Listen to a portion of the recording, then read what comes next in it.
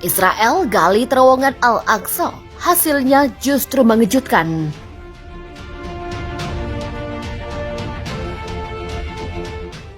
Sejak menduduki Palestina tahun 1948 sampai sekarang, Israel selalu berupaya memutus mata rantai sejarah dan mengubah identitas kota Yerusalem. Setiap yang berbau Arab dan Islam berusaha dihilangkan. Tidak cukup hanya dengan menghancurkan rumah-rumah dan mengusir penduduknya, tetapi mereka berusaha mengubah tempat-tempat bersejarah yang lekat dengan Arab dan Islam, sehingga Yerusalem akan berubah wajah yang tidak dikenali lagi oleh penduduk aslinya. Dengan langkah-langkah sistematis, otoritas pendudukan Israel mengusir penduduk Palestina dari kampung halaman mereka, merampas tanah dan harta benda milik mereka, menghancurkan masjid-masjid dan tempat-tempat bersejarah Islam, menguasai tanah-tanah wakaf, membuat regulasi yang tidak memungkinkan orang-orang Arab untuk membangun rumah di kota, dan membatasi perpindahan penduduk dari satu wilayah ke wilayah lain.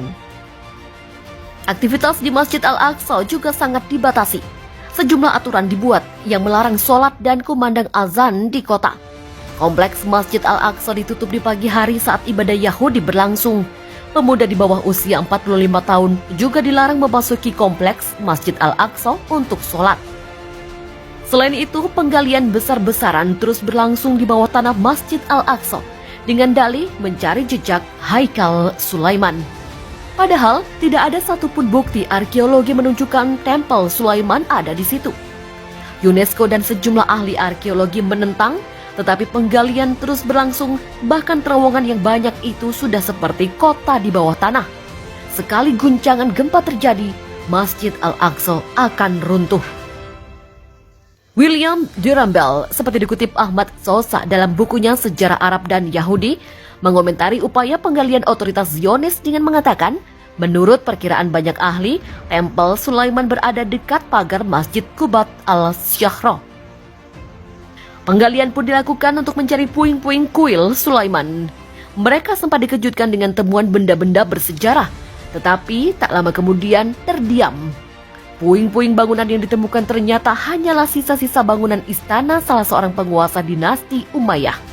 Jadi, tidak benar kalau Yahudi punya cerita masa lalu untuk membangun masa depan di situ. Berdasarkan uraian tersebut, dari segi kesejarahan, Yerusalem adalah kota yang didirikan bangsa Arab sejak 6.000 tahun yang lalu, jauh sebelum bangsa dan ajaran Yahudi muncul. Keberadaan bangsa Yahudi di Yerusalem hanya berlangsung 415 tahun, yang puncaknya pada